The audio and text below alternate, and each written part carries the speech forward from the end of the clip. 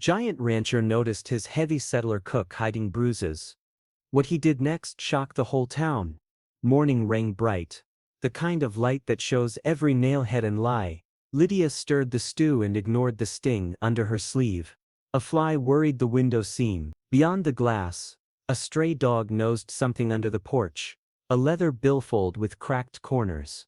She recognized the stitching. Silas's. She froze, then forced herself to ladle to breathe. The door eased open. Caleb Barlow stepped in and saw the billfold on the threshold at the same instant she did. He picked it up, thumbed it open, and pulled out a single photograph, sun-faded tin-type edges worn of Lydia taken years ago in a borrowed Sunday dress. Her smile a thing she barely remembered. Behind the photo a note scrawled in a stranger's precise hand, paid in full upon delivery. Caleb's gaze lifted, not to her bruise, but to the way her hands began to shake. He slid the photograph into her palm, closed her fingers around it, and breathed like a man steadying a skittish horse before a flood. The wind pressed against the door. Somewhere in town a bell rang twice. Signal or coincidence? She couldn't tell. Caleb tucked the note away as if to carry the sin himself, then glanced at the rifle rack he never touched in her presence. Lydia felt the moment break like thin ice. Something was coming to the cookhouse besides breakfast.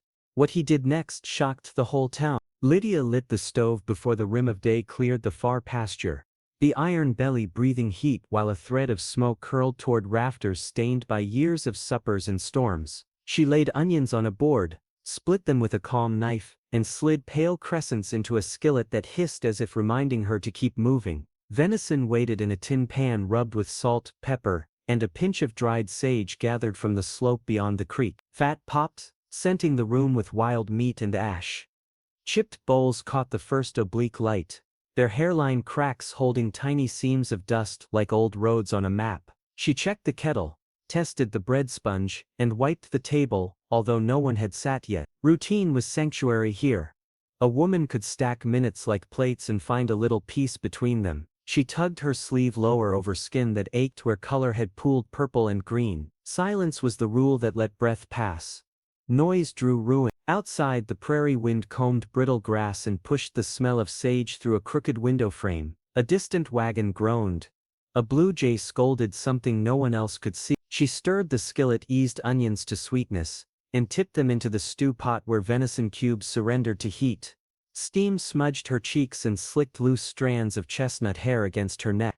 She set cups for coffee, counted spoons, matched knives to slots in the block, and pretended the world was only wood, iron, water, and flame. Her mind hopped back to a different morning on the trail west when the wagon pitched through mud, and she laughed despite the bruise already blooming from a jolting wheel. Freedom had ridden beside her then, wearing Silas Reed's grin and a promise she believed because she wanted to. He spoke of a claim near a shallow river and a frame house with a porch wide enough for summer shade. He swore he would work sunup to moonrise and take no debt that sweat could not pay. She saw the picture whole, a clean table, a quilt she would stitch after supper, and children racing the edge of light.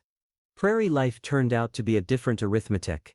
Cards at the saloon subtracted wages faster than cattle could add them. Whiskey dissolved vows. Words sharpened, then hands followed. The apologies came afterward, like rain that arrives once a fire has already eaten the field. She learned that quiet wins time and time might save skin. She learned where to stand in a room, how to stack crockery so nothing clattered, how to step sideways when a shadow thickened. She learned to hum when no one listened so her voice would not rust. The bunkhouse woke in pieces.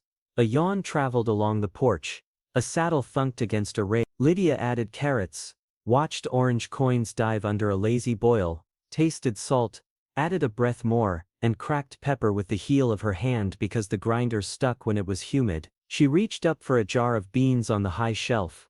The board complained. The rear bracket had worked loose, nails worrying the grain until a gap showed. She climbed a small chair and rescued the jar, then stepped down carefully. She did not ask anyone to fix it. Asking was dangerous in a world that kept tally of favors and bruises alike. She made a note in her head to move heavy things lower and kept cooking. The door nudged open with the politeness of a tall man who disliked startling anyone. Caleb Barlow entered, hat brushing a bean before he set it on a peg. His presence changed the room in a way shouting never could. Scarred hands folded around a tin mug, He poured coffee without scraping the pot. He stood where the draft crossed, so steam drifted past her face. He did not fill the air with question. He looked once at the shelf that had complained and once, quick as a breath, at the line of hem where her sleeve met her wrist. He kept his voice level and soft. "Morning," she answered in the same key. He sipped, watching the weather through the window where clouds massed like cattle at a gate. Then he set the mug on the table, rolled his sleeves and leaned a shoulder under the loose board. He searched the drawer and found a stubby screwdriver. Metal bit wood in a small satisfying chirp. He shifted the bracket higher, sunk screws into sound timber, and tugged until the board held square. He didn't look back for approval. He tested the next bracket, then the next, and straightened. "Safe now," he said almost to himself. Kindness had edges. She braced for the cost, yet none arrived. The odd relief unsettled her more than the threat. Lydia moved a pot to the back ring and asked whether he wanted biscuit ends. He shook his head and kept drinking. Footsteps thumped on the porch. Tom pushed in with a grin, reaching on instinct for bread. He thanked her while chewing and said that Silas had closed Hartley's cards near daybreak with pockets turned out and temper turned up. He laughed, not cruel, just careless, and hurried off with a heel of bread. Lydia's chest tightened as if a rope drew closed under her rib. Noise faded back to stove breathing and door hinges settling. Caleb adjusted one screw another quarter turn and put the screwdriver where she would find it again. She ladled stew for the early crew, tucked a cloth around the skillet handle so nobody burned his palm, and kept her arms close so fabric would not ride up. In the window she saw the faint shadow of color pooled under the skin. Caleb saw too. He did not flinch or he looked instead at the pot, at the shelf he had made right, at the door that could now be trusted to close. His quiet choice not to point at pain felt like a plank sliding under a boot in a river crossing. It gave her something to step on without sinking. Outside, two riders argued amiably about salt blocks. Elias laughed at a story no decent person would repeat in a kitchen. Life rattled along as though private weather did not exist. Lydia ranged knives, swept crumbs into her palm and held to order the way sailors hold to a rope. She boiled coffee again for the second wave and filled cups until her hands stopped reaching. Men ate with the quick concentration of people who would be working hard in the heat. Talk piled up like hay rakes in a shed. Someone cursed a lame shoe. Someone asked after a book. No one used Silas's name where she could hear, which meant everyone had heard. Caleb stood near the window, a companion to the breeze, refusing to jostle. When plates lay empty, he picked up his mug, rinsed it in the basin and set it upside down in the drying rack. The simple courtesy rang louder than sermons. It mattered quietly. The yard woke in layers, horses blowing froth into troughs, bridles clinking, boards answering boot heels with hollow thuds. In the cookhouse, the heat held steady, and the air tasted of venison, onions, and ash. Lydia Boone moved through the morning with practiced economy, shifting pots, testing lids, and keeping her sleeves straight where skin ached. She passed bowls to hands that appeared, vanished and returned with spoons drumming tempo against tin. Laughter rolled from the long table and bounced off rafters in a cheerful racket that did not include her. Men joked about mules with tragic souls and a saddle that pinched meaner than tacks. The bright noise ran along surfaces and never touched the bruise beneath her fabric. She kept rhythm anyway. Salt, stir, taste, breathe. Dawn slid higher and lit chips in crockery like tiny moons. A kettle muttered. The skillet sighed, and fat crackled. Lydia counted 5 breaths, then began again, the small habit a bridge over rushing thought. She watched steam fog the window pane, then clear to show corrals busy with rope and motion. Silas Reed's name traveled through the room the way dust floats through slats, catching on talk about Hartley's tables and a tab long enough to shame a saint. The words softened near the stove, a courtesy to food more than to the cook. Soft or not, they carried. Lydia ladled steady portions and kept her eyes down because looking up invites questions and questions invite answers and answers draw blood. Caleb Barlow held the door with his shoulder while Tom carried in a crate. The top hinge squealed like a hungry pup.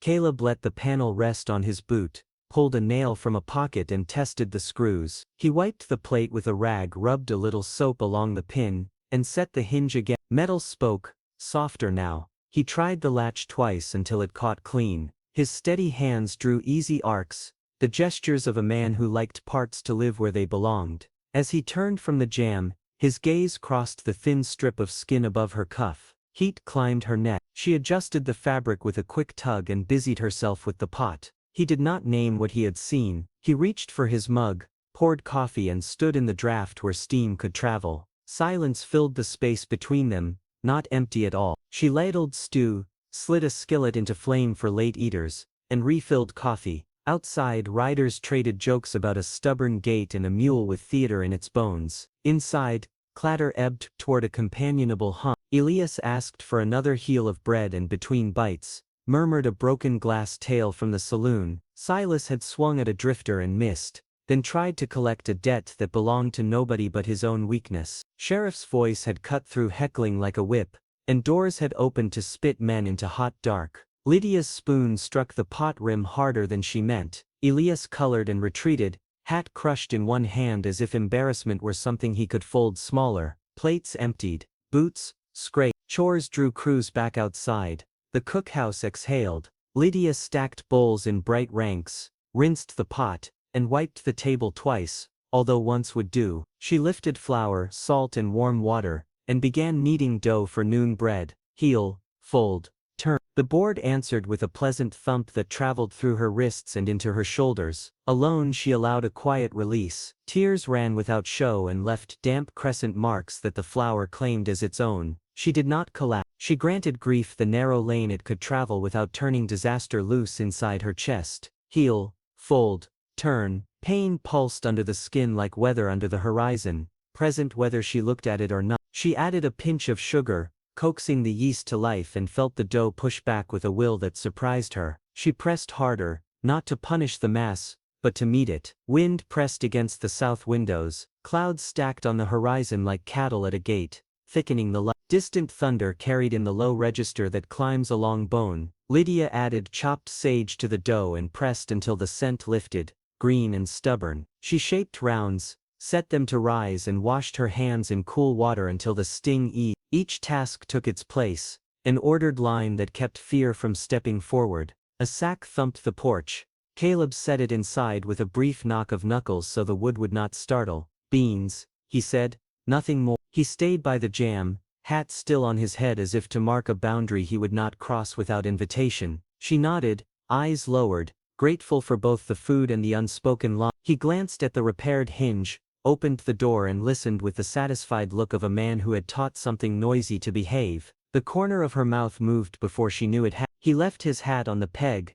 fetched the screwdriver, and tightened a second plate that had started a small complaint. Then he stepped back outside, giving her the gift of space. The second wave filed in with dust on cuffs and heat on face. Talk turned practical, a loose shoe, a clean brand, a fence that wanted attention before evening. Lydia worked through the current, filling bowls, taking empties and setting a basket of biscuits on a towel so steam would not soften the crust. Caleb stood near the window and threaded twine through a cracked drawer pull, making a loop so the wood would not pinch fingers. He cut the tag end with a pocket knife honed more often for wire than wood. Nothing he did announced itself. The room noticed anyway. Lydia lifted a pan and felt cloth slide, bearing the edge of color blooming under her sleeve. Caleb did not freeze or glance away too late. He set his knife on the table and when she returned to the stove, asked whether there was more pep. The question landed like a step onto packed earth, firm, ordinary, safe. She passed the grinder. He coaxed the stubborn gear to turn and set the mill base out on the fixed shelf,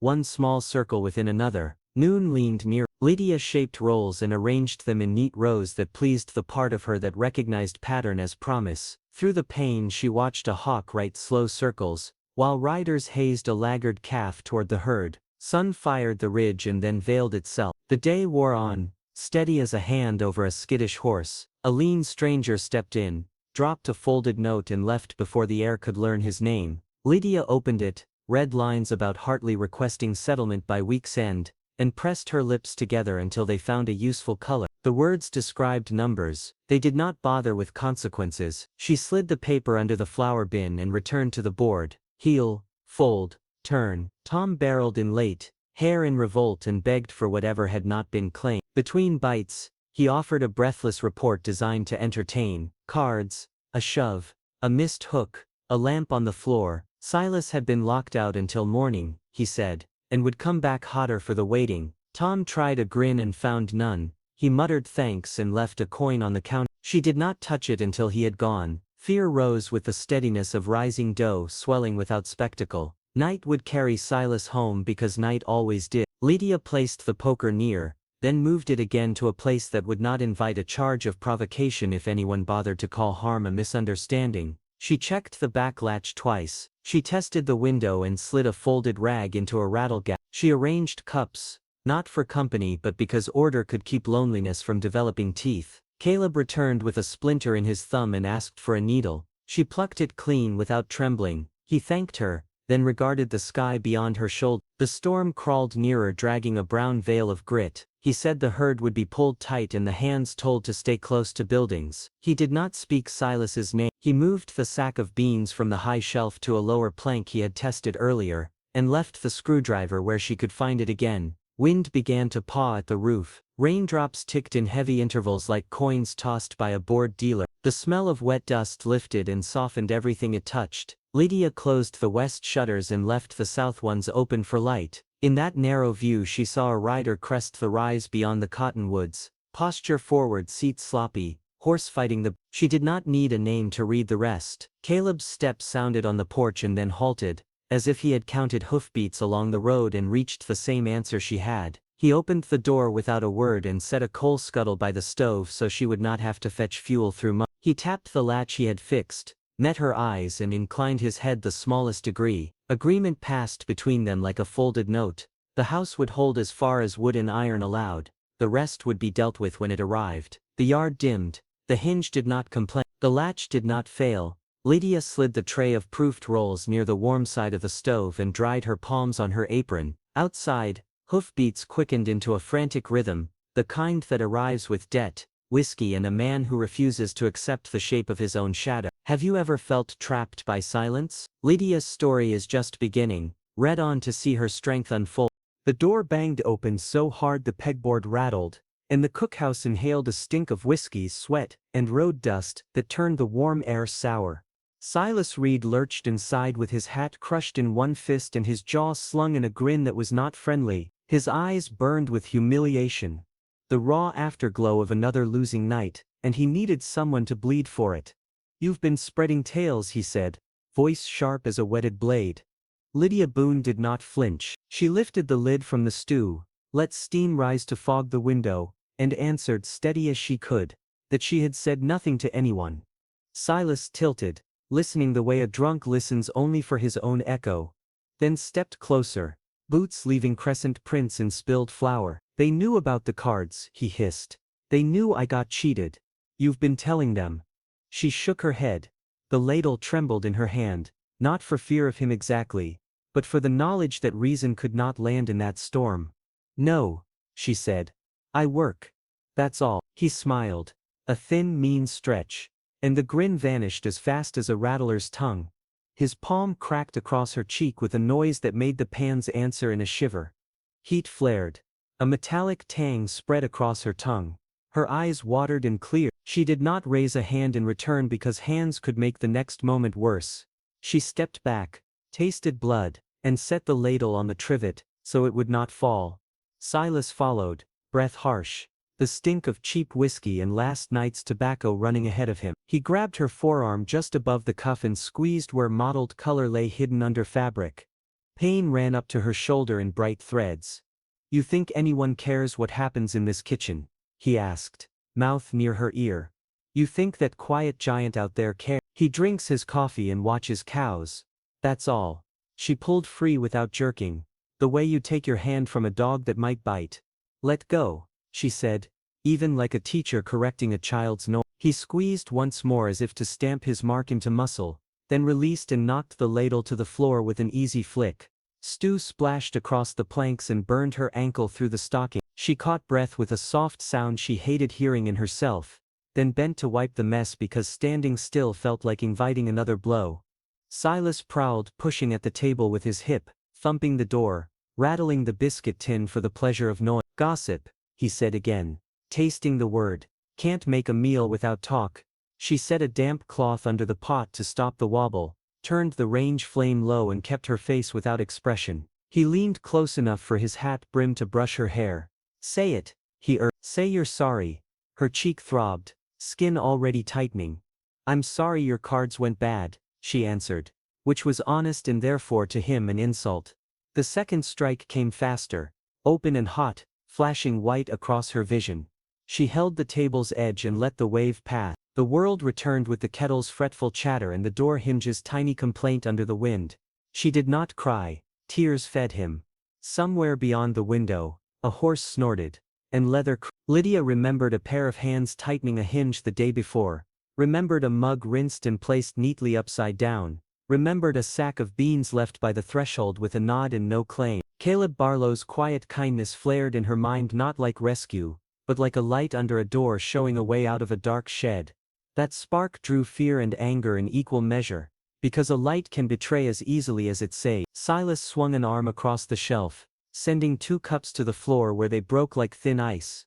They'll laugh about me at Hartley's, and at the rail spur and out in the north pasture, and you'll like it, he said, voice ripping.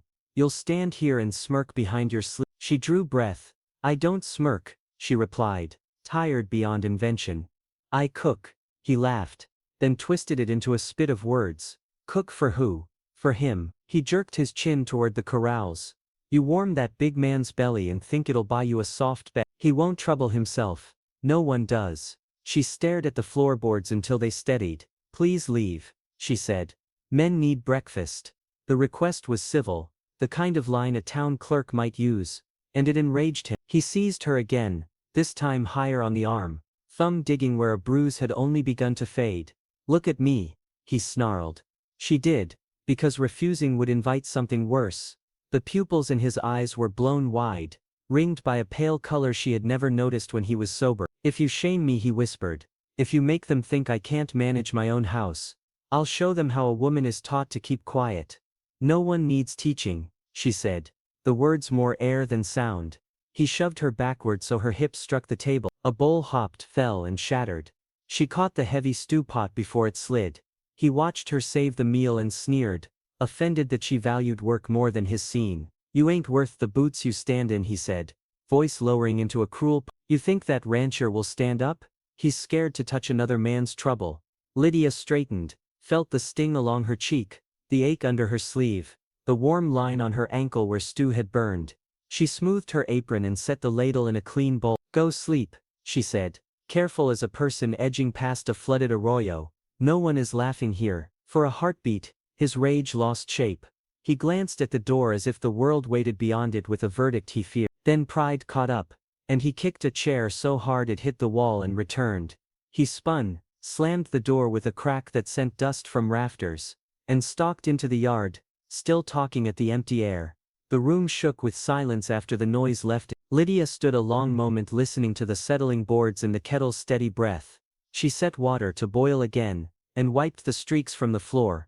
When she stepped to shake crumbs from a cloth at the door, she caught Caleb in the corral, rope coiled loose, jaw tight, eyes steady as he didn't come closer, didn't call out, only held her gaze a heartbeat, and turned to a fidgeting bay.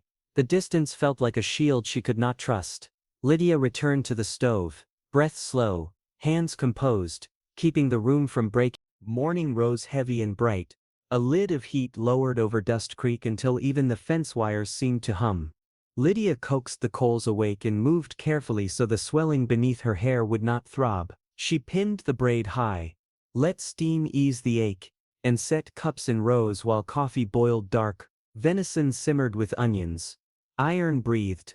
Light sifted through the warped pane. A spoon set down too hard could invite a day she would not endure. She worked without clatter. Sleeve tugged low over skin mapped by old colors. Boot steps sounded outside. Slow, measured, familiar. Caleb Barlow tested the fence near the cookhouse, sighting along the wire, palms on posts, moving with intention that calmed more than talk ever had. He tapped the jamb with 2 knuckles and stepped inside, hat under his arm, gaze taking in the shelf, stove, window, door the way a careful man counts the pieces that keep a house standing. His eyes paused at the braid line and the shadow along her cheek. His hands, a tremor ran through scarred fingers and vanished. He drew a clean cloth from his pocket, dipped it, wrung it once, and offered it across the small distance between them. You don't deserve this. he said, voice low and even, as if laying a plank where she might place a foot. The words struck something buried, something that remembered heat without fear. Lydia pressed the damp cloth to her face and answered, "I'm fine," though the sound wavered with a new thread she could almost name. Caleb nodded, not arguing, and turned back to the fence. He hammered a staple home, trimmed a splinter, eased the wire tight, and kept his body between her and the open yard without crowding. She cut biscuits and brushed their tops, letting the ordinary work steady the part of her that still shook. Outside, a hawk traced patient circle. The prairie shone gold and vast.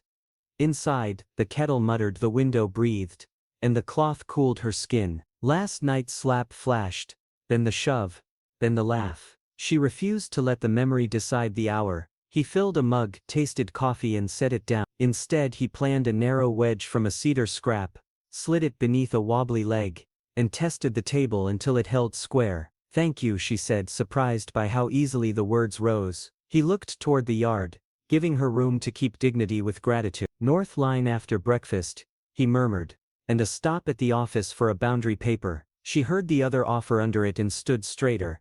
The biscuits rose. She split two and tucked meat inside, set them on a plate, and returned to the stove before he could refuse or accept. He lifted the door latch, let it fall, lifted it again. "It'll hold," he said, and his tone made the latch feel like a promise. Wind came early, testing the eaves. Dust skittered across the yard. Somewhere a bell rang once, then settled. Tom and Elias rode by beyond the cottonwoods and waved without stopping. Lydia allowed herself one small smile. She checked the stew salt and wiped the edge of the pot clean. The skin along her cheek tightened less. "I'm not his to break," she whispered, testing each word as if it were a nail going into seasoned wood. The sentence held. Caleb pretended not to hear, but something in his shoulders eased. He took a brief inventory of coal, kindling, and oil and left each in reach. He moved the sack of beans from a high plank to a lower shelf he had repaired yesterday, and put the screwdriver where she could find it. He turned the window latch and trimmed a stray fiber from the curtain that liked to find the flame. He was not saving her. He was building a room in which she could stand. She felt the difference like clean air after smoke. Inside, the smell of butter and flour grew rich, and the ache under her skin changed, no longer only pain. Promises had sagged like old wire, and debt had bitten deeper than frost. Yet a picture of a table and laughter had not died. It had gone quiet. This morning carried its first few words. Caleb checked the coal scuttle and brought it near so she would not have to fetch fuel through dust. His gaze returned once to her face. The anger there burned, banked and useful now. "Willow bark helps," he said softly. "Bitterness cut with honey if you have any." Advice, not order. She had both and said so. He nodded, satisfied with the small fact. The wind lifted again, pushing at the door. He braced it with his palm and looked at the sky's edge where a pale smudge pretended a storm might slide past, he said. She poured water over the bark and waited while the bitterness began its work. The biscuits were colored deeply and evenly. She counted cups because counting soothed her, then counted again. Her hands did not shake. When she set the plate on the table, she took one biscuit for herself without apology and ate it standing, savoring salt and heat as if tasting a season she had forgotten. The act felt like a boundary staked where none had been. Caleb watched without comment and seemed to mark the claim with the solemnity it deserved. He stepped to the door to check the hinge he had oiled yesterday. The metal gave a low, grateful sound. "If anything needs to go to the cellar, say," he told her. She nodded. In the kettle's shine she caught the outline of a woman who had not vanished. The ache remained, but its meaning had shifted. It no longer named her. The yard brightened to a harder gold. She washed the cloth and wrung it, then spoke again, this time to the room itself. "I'm not his to break." The statement sounded simple and complete. Caleb opened the door, letting wind carry heat out for a moment, then closed it gently, the latch catching clean. He picked up his mug, finally drank, and set it down. "I'll be near," he said. Hoofbeats echoed from farther down the road, orderly, not drunken. The day would move on, work would demand its due, fear would wait at the edge, patient as any hunter, yet the center of the room had changed. She felt it under her boots the way a beam settles true. She brushed crumbs from her palms and let breath travel all the way to the bottom of her ribs. The latch stood ready. The table held a square. The sky lifted. The words remained. She lifted the window a finger to let sage air thread the heat, then closed it when Grit began to whisper across the sill. Somewhere a calf bawled, and a hand answered with a whistle. Lydia folded the towel over the biscuits, pressed her palm to the warm cloth and felt steadiness rise, firm, like water in a deep well. What would you do if someone saw your hidden pain? Follow Lydia's courage to find out. The sky went copper and strange, and the wind drove dust in long ribbons that scraped the yard like sanded rope. Lydia felt the pressure change before thunder chose a direction, a tight hush under the heat that made spoons sound rude and hinges cautious. She stacked pans, skimmed the stew, kept her sleeve low over tender skin, and listened to the road the way a ranch dog listens to the far gate. A wagon clattered hard, chains jangling, one wheel striking ruts like a fist on a table. Dust boiled up and rolled toward the cookhouse. Silas dragged the team to a lurching stop and came down stiff-legged, eyes bright with drink and shame, mouth set for a fight he had decided to win before it started.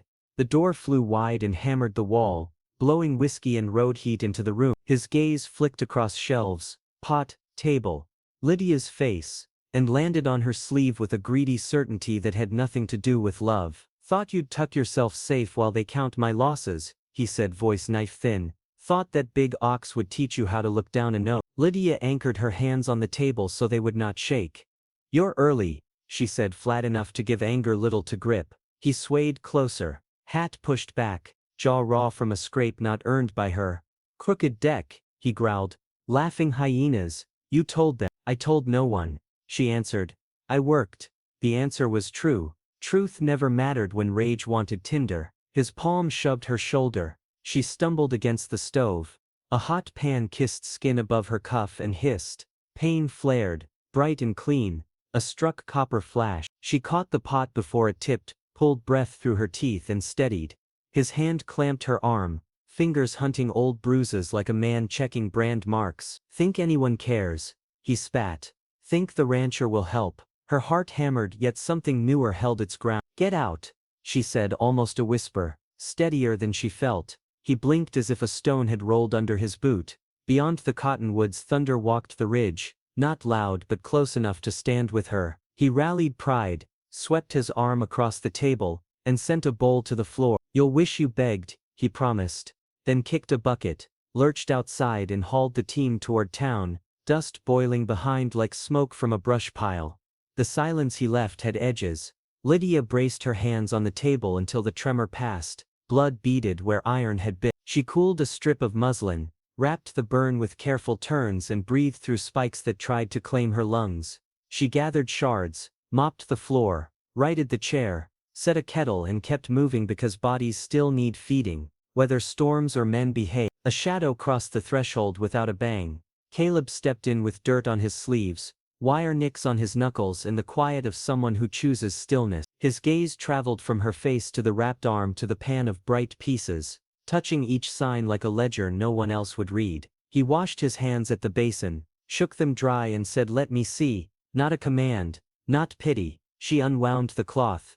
Heat quivered from the well. Anger ran through him and halted at his wrists. His fingers stayed gentle. He laid a cool square against the skin, bound the arms snug but not cruel, and reached for salve without asking where it lived. "This will keep it from sinking," he said. "Willow tea after." "Thank you," she answered.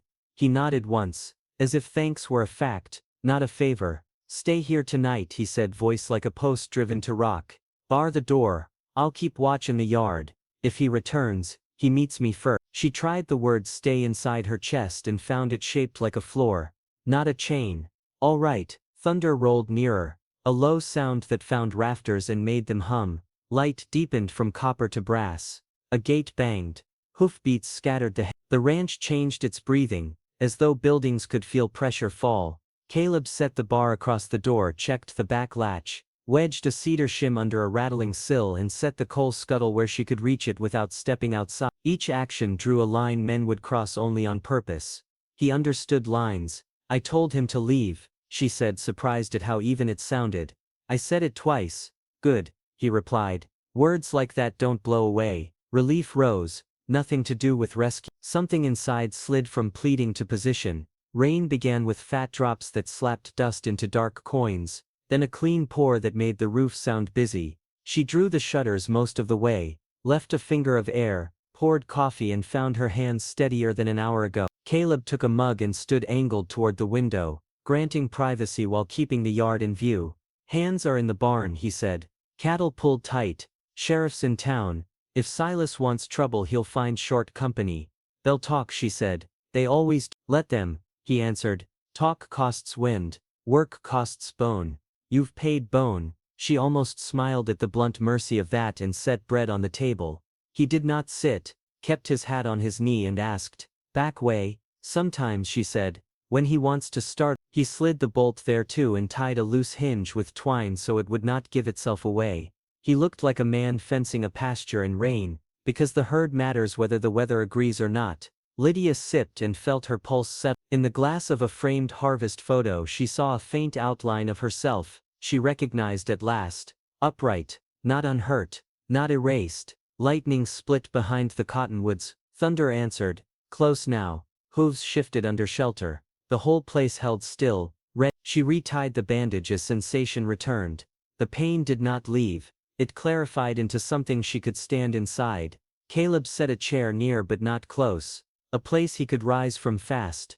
"I'll sleep here," he said. "Rifle stays on the peg unless he forces it." "I don't want blood in this room," she said. "Nor I," he answered. "That's why I'll be outside first." She put a plate of slices within reach. Half welcome, half proof that this room remained a kitchen. He took one, chewed and seemed lighter for the ordinary act. Wind shifted, rain slackened for a breath, and a far wheel hit rock. Both turned toward the sound without words. Water closed again over the yard. She cooled a fresh cloth in the basin, hung the burned sleeve near the heat, and rolled her shoulders until breath traveled lower. In the barn, a man laughed, quick and bright, the kind of sound ranches borrow when sky refuses to share any. The cookhouse welcomed the echo and kept it. Caleb stood. "I'll circle the porch before dark," he said. "If he comes, he sees me and thinks about the sheriff now." "Thank you," she said. The words weighed less now. He tipped his hat and left it on the peg anyway, as if to tell the room he belonged to its watch. Rain drew a curtain along the Lydia touched the bandage once, then the latch, and felt quiet satisfaction when wood and iron answered true. Thunder moved above everything, slow and deliberate, and the walls ticked like timbers accepting a load. The ranch had shifted its stance, so had hate, would bring choices, and fear would wait at the edge, but hope took a chair and refused to leave. The storm shoved one last gust across the yard. Every hinge stayed quiet, every bar held. Lydia set another pot to simmer because bodies still need feed. Through the wavering bright of rain, Caleb crossed the yard like solid ground walking, and the land seemed to know it, the wind angling softer around the eaves as if listening for change. Before dawn, with only a thin seam of pewter above the cottonwoods, Caleb Barlow saddled the bay and rode toward the shack that slumped beside the dry wash like a bad thought refusing to leave. His coat brushed his boots each stride. Frost filmed the grass. The air felt clean and hard, the kind that sharpens purpose. He did not rush. He let the horse move steadily and listened to the world take its first breath.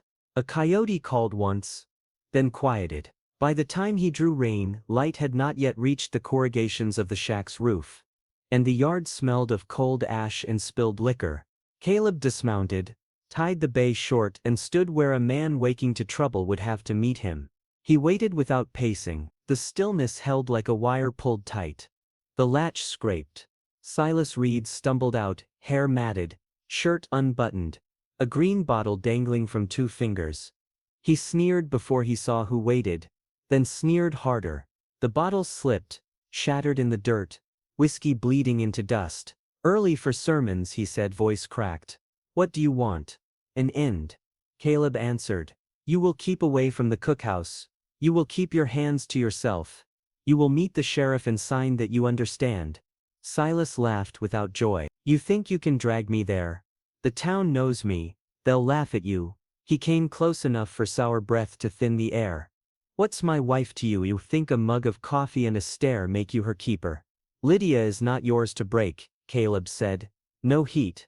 Only weight." The words landed like a stone meant to hold a tent in the wind. Silas's smile went thin. "You calling me weak?" he said. He jabbed a finger into Caleb's chest. "Try me."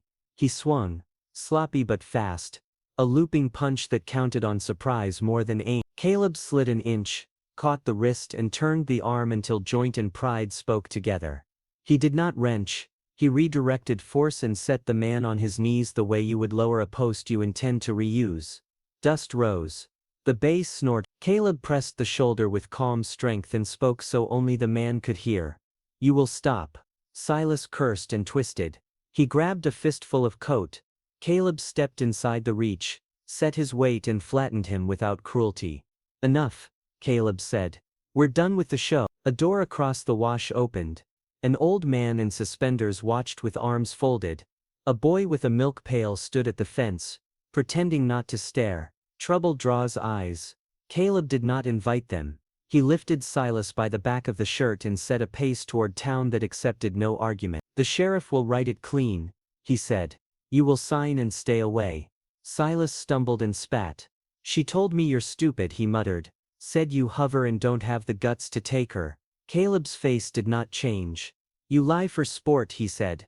"This is not a game." Light bled into the east. Freight clanked at the spur. They walked the boardwalk to the office where the deputy, hair like thistle, was pulling on a boot. He took in the torn cuff, the hour, the calm in Caleb's eyes, and stepped aside.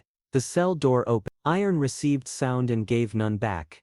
"Assault and breach," Caleb said. "Keep him through the heat. Write that he is to stay off Barlow land and away from the cookhouse." The deputy, who knew rumors cost, wrote slowly and neatly. He slid the page through the bars. Silas scrawled hard enough to score the paper, then tried a grin that found no audience. The latch clicked. Morning tipped forward. Caleb left without triumph. He bought willow bark at Hartley's, honey at the Mercantile, and 2 cups to replace those smashed on a floor he had not seen. He tied the sack behind the saddle and let the bay cool on the ride back. The storm line he feared last night had thinned, but the land still felt alert, as if change, once named, refuses to leave.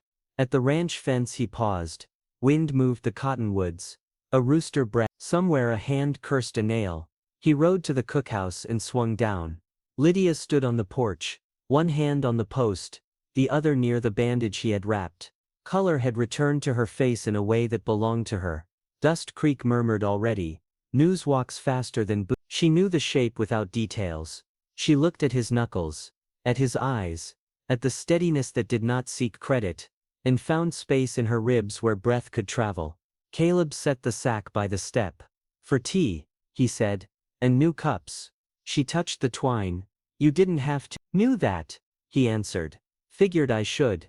He did not cross the small distance. He let the porch keep its length. He set the rifle on the peg, adjusted the latch he had already tightened, and looked toward the yard where work insisted on its day. He signed. "If he forgets, he meets me first." She felt the words seat like a beam finding its pocket. "I can stand here," she said, testing strength. "You can," he said. Across the yard, Tom waved and pretended he had not strained to listen. Elias whistled off-key and led a team toward the north fence. The ranch returned to its ordinary song, but the harmony had shifted. Power had moved not to Caleb, to Lydia.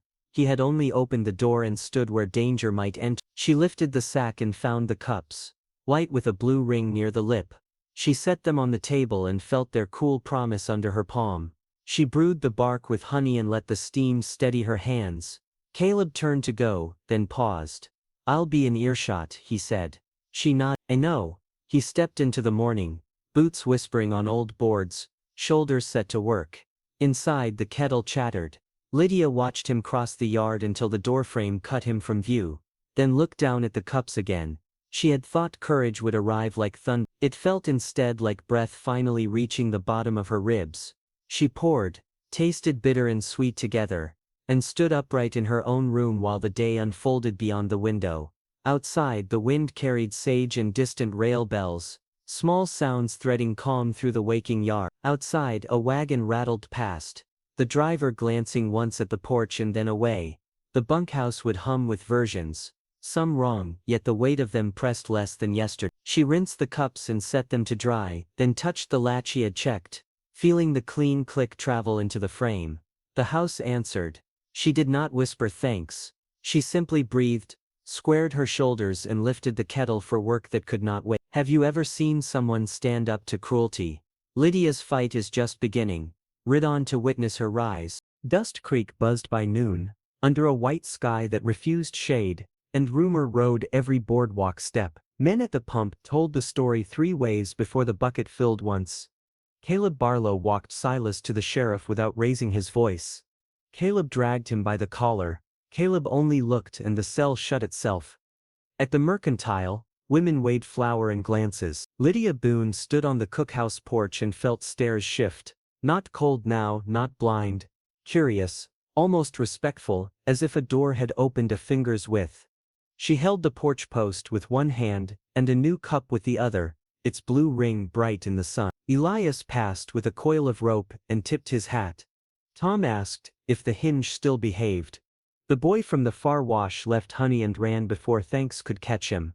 Lydia let the world hum while she worked. By noon the boardwalk chattered like a telegraph line, yet when Lydia stepped down to sweep the stoop, talk thinned around her to a respectful hush.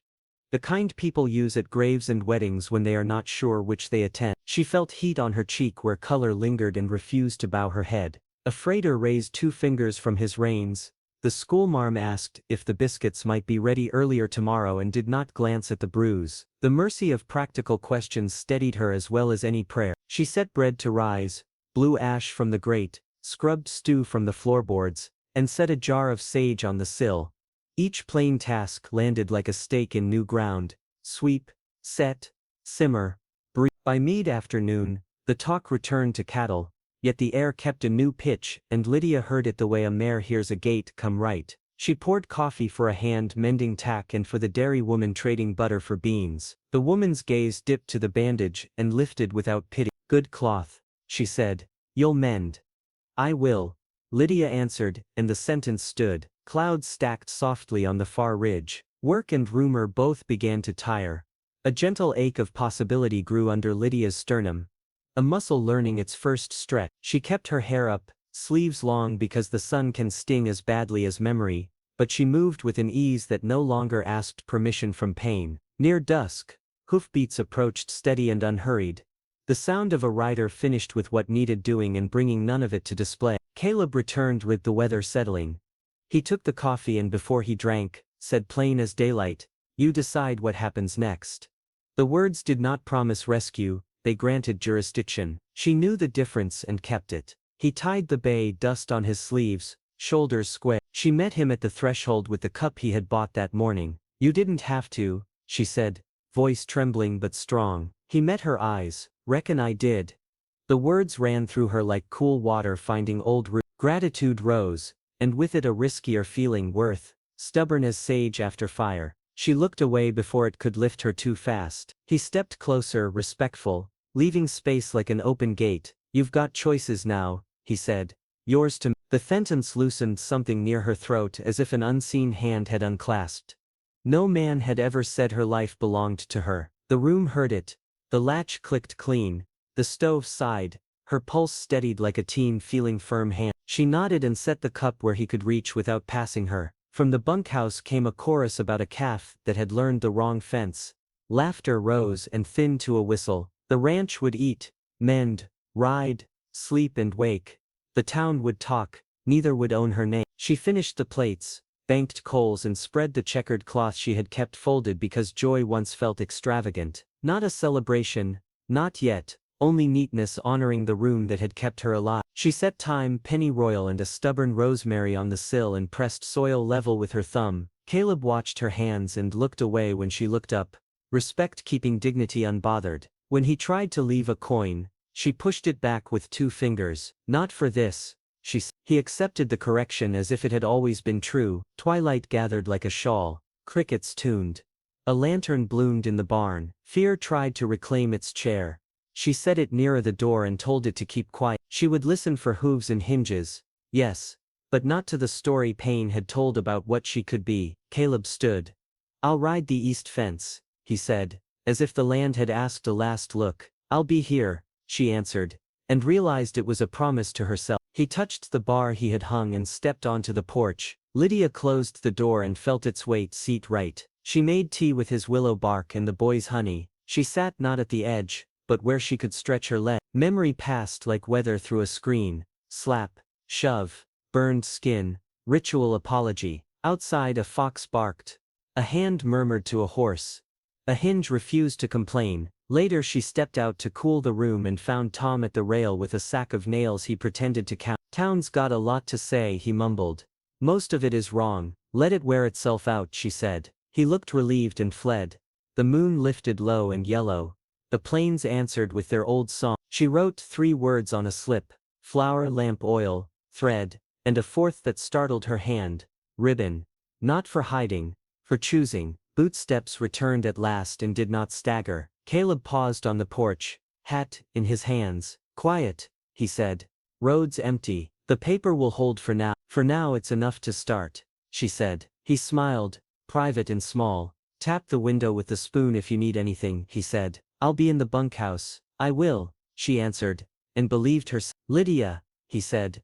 Only her name, letting the rest go because not every vow requires air. He stepped into the night. She lit the porch lamp and left the door open to the screen, letting cool crosscurrents rinse the smell of iron and stew. A moth wrote soft circles around the glass. From the bunkhouse drifted a quiet, contented scrape of cards that belonged to men who played for matches, not debt. Somewhere a calf bawled and stopped. Already freedom, she discovered, did not feel like a shout. It felt like the room was finally big enough to turn around in without bumping a bruise. Into the warm air she spoke once. Not loudly and not for witnesses. "This life is mine." She smiled, small and true, feeling possibility tangle with fear and refuse to let go. A knot she chose to keep, while the night listened. "Right here in Dust Creek tonight," quietly. She blew out the lamp and let dark settle like a promise kept. What does freedom feel like after years of fear? Stay with Lydia to find out. Morning spilled soft gold across Dust Creek, brightening hitch rails, troughs, and wind-leaned cottonwoods, until the prairie looked newly hammered from light.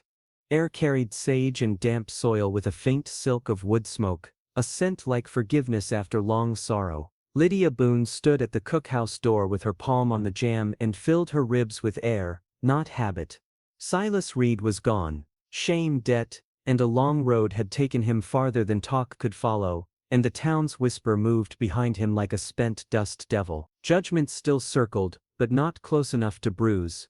Lydia scrubbed the hearth until the brick glowed, swept ash into a neat pan and shook it into the soil by the steps. She planted thyme, pennyroyal and stubborn rosemary in 2 salvaged tins, pressed the earth flat, and watered until dark flecks gathered like stars. A blue-checked cloth came out from the drawer where she had hidden it through lean months. She spread it smoothly, set cups with thin blue rings, and stood back long enough to witness her own order. Inside, pans hung quietly. She brewed coffee and held the mug for a moment before drinking, warming fingers that had earned warmth. The door creaked softly. Caleb Barlow came as he always came, step measured, hat brushed clean, mug ready between scarred hands. He did not enter like a savior, he arrived like weather that steadies barns. "Morning," he said, and the word made space without taking any. She poured, passed the cup, and leaned on the table's edge, as if testing a bridge built overnight. Wind threaded the rafters, carrying river mud and sage. "Glass'll cut you," he warned. She smiled, a small flash that did not ask permission. "I've bled worse." He did not argue. He set the pane, thumb along putty, knife neat as scripture, hands careful as if sealing promise into wood. When he finished, the room caught the sky without a rattle. She touched the frame and felt steadiness transfer to her bones. By midday Dust Creek had learned a new tone, pity thin, respect sharpened. When Lydia walked to the pump with a pail, her eyes did not slide away. The schoolmarm asked after biscuit flour and kept her voice practical. The dairy woman traded butter for beans and left honey on the step with a wry, gentle shrug. Hartley himself carried a crate to the porch and did not tally favors. Lydia thanked each in the measure due and saved her fullness for the room that had carried her through every season. She washed the window until the prairie stepped inside like a guest who knew how to behave. She rubbed oil into the table, stitched a frayed towel's edge, and marked a list: flour, lamp oil, thread, and another word that startled her hand: ribbon. Not for hiding, for choosing. The town's talk shifted from shock to something steadier. Caleb returned after the north pasture, dust in the seams of his coat, and stood on the porch with the set of a man finished with necessary miles. He simply asked, "You need anything moved?" She handed him the heavy bin of beans without apology, and he set it on a lower shelf he had fixed in a truer place. In the afternoon a wind rose, the kind that runs before the weather like a boy daring his shadow. Dust shouldered up from the road and smudged the horizon. The sky turned a hammered copper green at the rim. Lydia fetched rope, nails and 2 narrow strips of canvas cut from an old sack. She set the ladder, climbed and tied off the first seam while grit stung her cheek. Caleb steadied the ladder with one hand and passed nails with the other, saying nothing that would make her smaller. "You don't have to do this alone," he said. "I know," she answered, and in that answer lived pride as clean as water. Rain struck first in fat coins, then in a driven sheet that blurred every boundary beyond arm's reach. The roof slicked. The ladder rattled. She knotted the last tie and slapped the canvas tail flat. Caleb tugged the crossline twice, and knotted one. The storm shouted, they shouted back by standing fast. They stepped inside, soaked to the bone and laughing from relief, not spectacle. She set 2 mugs near the heat. He hung his coat. Steam lifted like small prayers the chimney knew how to carry. They shared bread and stew, ate like workers after a fence line, and said little. Gratitude moved through her with the steadiness of meltwater in a creek that refuses drought. He held out his hands to the stovetop, and regarded her bandage the way a man reads weather, a fact to honor, not own. His hand brushed hers when she reached for the kettle, an accidental vow that neither tried to dress in bigger words. Outside the wind bullied the cottonwoods and then, as bullies do when they meet quiet, lost nerve. Rain softened, roof seams held, the new panes stayed true. Lydia set the bread to warm, cut slices and let the butter find its way. When plates ran clean, she washed, he dried and the routine felt holy. Dusk thinned the storm to a pale gauze flicking east. Lydia lit the lamp, and left the door latched, not barred. She stood where light and wind met, and spoke quietly, not to ghosts or debts or bruises, but to herself, the person who mattered. "I'm not anyone's to break." The sentence settled like a beam sliding into its pocket. Caleb heard and pretended he had not. Respect keeps vows from spook. He finished the cup and set it upside down to dry. He stepped close enough for warmth and far enough for dignity. "Road's clear," he said. "Good," she replied, and the word meant more than weather. He touched the repaired latch, a small habit he had earned, and waited. She reached across the table, found his hand waiting halfway, and let her fingers rest there long enough to write a promise. Neither of them hurried to read aloud. Morning would come again. She would choose and choose again. By late afternoon the sheriff passed the yard on a slow bay and tipped 2 fingers without stopping. The gesture carried no favor, only acknowledgement that paper and witness now stood where rumor had once lived. Lydia swept the porch, shook crumbs to the hens, and set the watering can beside the tins she had planted at dawn. A neighbor girl brought a spool of thread and lingered in the doorway, asking shy questions about pie crust. Lydia answered, showed the press of 2 fingers that seals an edge, and sent her home with a slice wrapped in plain paper. Inside she checked the window Caleb had set, turning the latch, listening for the clean and steady answer of wood meeting purpose. A shallow bowl of river stones sat on the sill, each warmed to hold heat through the night air. She had collected them years ago and hidden them away, waiting for a room that would not confuse comfort with permission. Now they belonged. When the wind shouldered the porch again, she climbed a second time, not out of fear but because care repeats what works. From the roof she could see Dust Creek's whole grammar written in corrals and lines, a bunkhouse sentence, a barn clause, a track of hoofprints offering commas where breath belonged. She climbed down as lanterns winked on along the lane, each flame a small declaration that night would not have the final word. Inside the room received her like family discovered late and welcomed anyway. She set fresh water on the stove, laid out 2 cups and waited without impatience. What happened next will shock you, not because thunder returns but because quiet joy can astonish a town trained to notice only storms. Lydia found her strength. Will you find yours? Share this story with someone who needs to hear it, and join Dust Creek's journey by subscribing to more tales of courage and heart.